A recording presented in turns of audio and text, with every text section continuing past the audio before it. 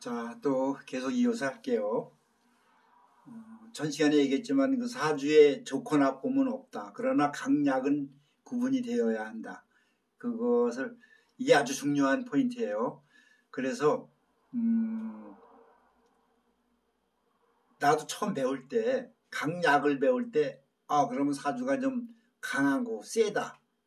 이게 센 거하고는 좀 구분이 돼야 되는데 이런 걸 또 자꾸 전문적으로 파고 들어가면 여러분들 힘들어지니까 여기까지만 합시다. 사주가 어쨌든 강하고 좀 강하면 좋겠구나 이렇게 생각을 했었어요. 근데 이게 장단점이 있더라고. 사주가 강한 사람은 말 그대로 자기 주관이 강하고 남의 말 잘 안 듣고 뚝심이 있어. 그리고 막 밀어붙이는 것도 있고 이제 그것도 또 정도 나름이지만 그런데 그러니까 또 부작용이 오는 거야. 어떻게 보면 사주가 약한 사람은 더 잘 살 때가 더 있더라고. 더 많더라고. 사주 약한 사람은 자기도 본능적으로 아는 거야. 그러니까 그냥 사회생활을 잘하는 거야. 말 잘 듣고 가지 말라는데 가지 말고 하지 말라는 짓 하지 않고 그냥 모범생으로 그리고 월급쟁이 착실하게 해서 그냥 평범한 삶을 큰 굴곡 없이 살아가는 거야. 조심을 하는 거지. 약한 사람들은 내가 사업을 할 수 있겠어? 안 돼, 나는. 내가 정치를 하겠어? 벌써 그 자체가 거부감이 오는 거야. 겁이 나고. 그런데 이런 사람들이 그러니까 고생은 안 하고 처자식 고생 안 시키고 살아 또. 일반인으로서 그게 더 현명한 생각일 수도 있잖아요. 그러니까 이걸 또 옳다 그르다를 말할 수가 없는 거야. 그 사주 강한 사람은 물론 크게 성공할 수도 있어요. 근데 다 성공하나? 망하면 아주 그런 구렁텅이로 떨어져 천길낭떠러지로 떨어지는 거야. 급전직하에서. 그러니까 왜 정치인들도 그런 사람들이 많잖아. 그냥 정말 날아가는 새도 떨어뜨릴 것 같더니 하루아침에 정말 나락으로 떨어지는 그런 정치인들도 있잖아요. 또 재벌들도 그렇고. 그러니까 이게 강한 사주를 갖고 태어난 사람들은 또 그런 그 위험성이 항상 따라다니는 거야. 그래서 이게 정말 어려운 대목이거든. 그러니까 사주가 아주 강하게 태어난 사람은 강한 사람대로 살아가는 방식을 찾아야 되고 또 약한 사람은 또 약한 사람대로 살아갈 수 있는 방식을 찾아야 돼. 요것이 나는 그 사주 명리학 공부하는 거에 어떤 핵심 포인트라고 나는 봐요. 사주 강한 놈만 잘 살고 사주 약한 놈은 뭐 죽으란 말이 이게 말이 안 되거든. 요것이 책에 없는 부분이라고도 할 수 있어. 근데 이건 내가 터득한 거예요. 이게 학문의 어떤 본질이라고. 아니 학문이라는 것이 그렇잖아. 잘못되고 잘되고 못되고 옳고 그런 것을 가려내는 게 학문인데 결국은.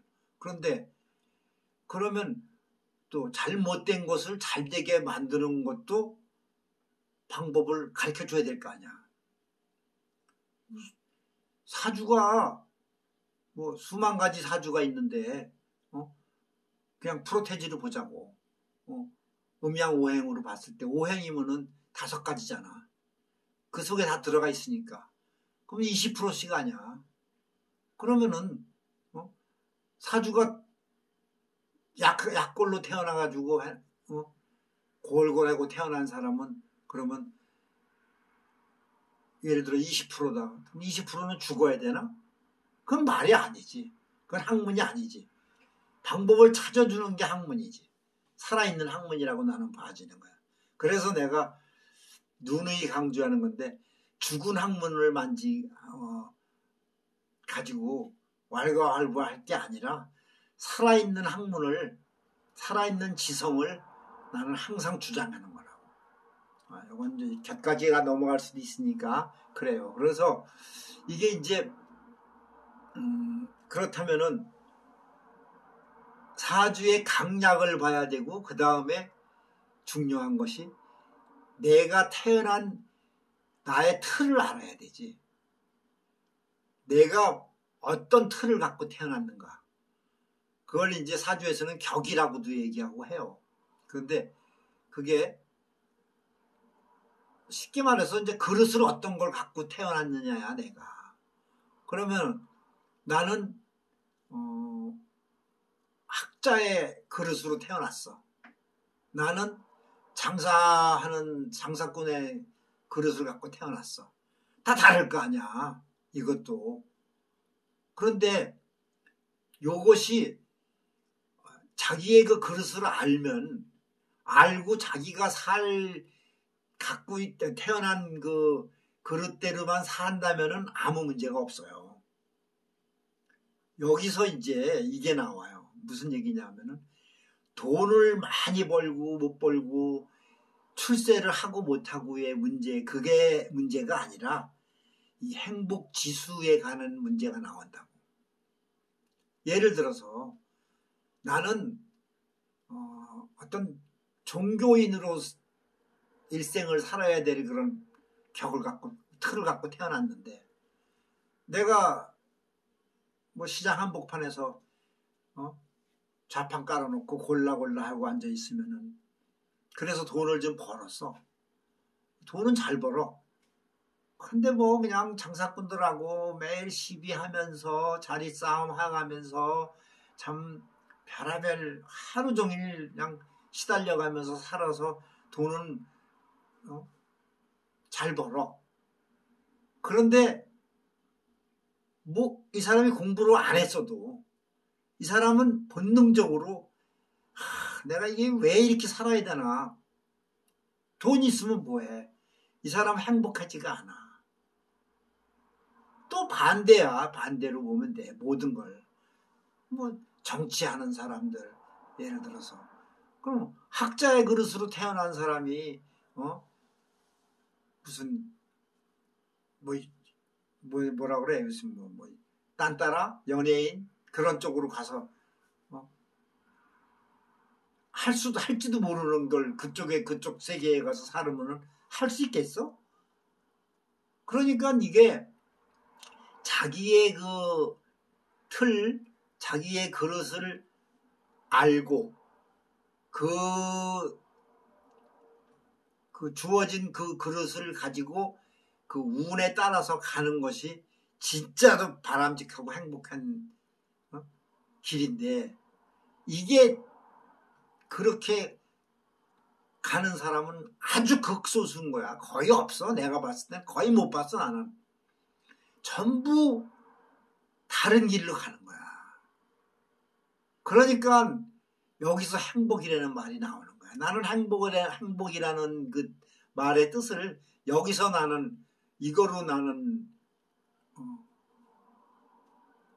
결론적 뭐 여러 가지 방식이 있겠지만, 내 틀 가지고 내 틀을 주어진 운명을 가지고서 그냥 내 틀 속에서 사는 게 행복이야. 그게 행복지수가 높은 거야. 그런데 그렇게들 못 살고 90% 이상이 엉뚱한 길 내지는 비슷한 길로 가면서 고생을 하는 게 이게 인생이야. 그러니까 이것을 제 길을 찾는 게 얼마나 이게 중요한 일이 되겠어?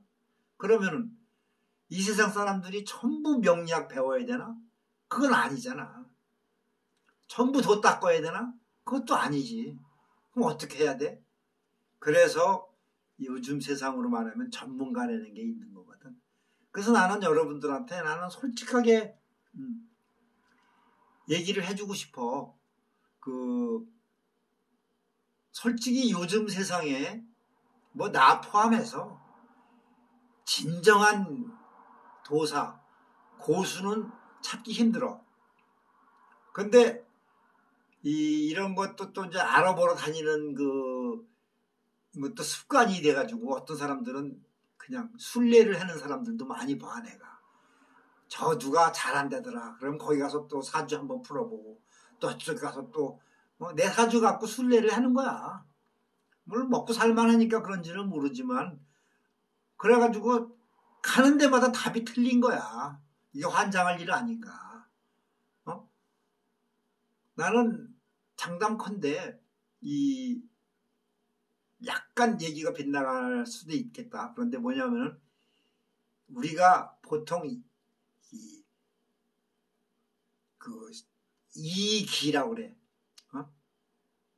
이치적인 어떤 그 다음에 기운, 그래서 이기.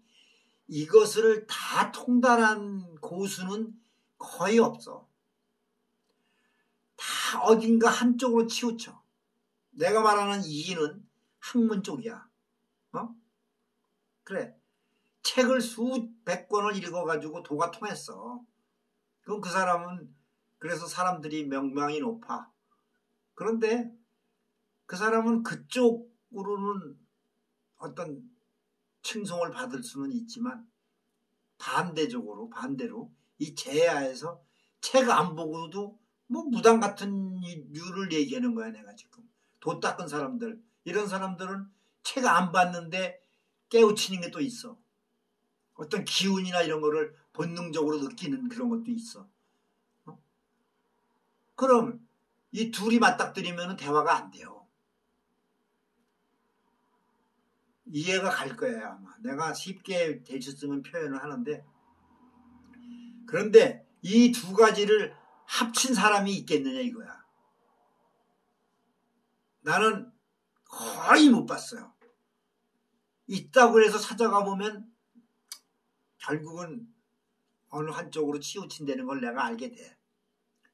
근데 나 자신도 솔직히 이 길을 다 통달하고 싶어서 정말 이게 수십 년을 귀신 싸움 해가면서 책하고도 싸워보고 이렇게 살아봤어. 그런데 이게 내가 죽기 전까지 할 수 있을지나 모르겠어. 솔직히 그냥 노력은 하고 있어.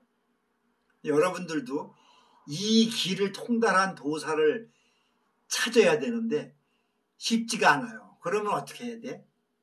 그러지 마시고 내가 아주 쉽고 편한 방법을 가르쳐 줄게. 다음 시간은 넘겨야 되겠습니다.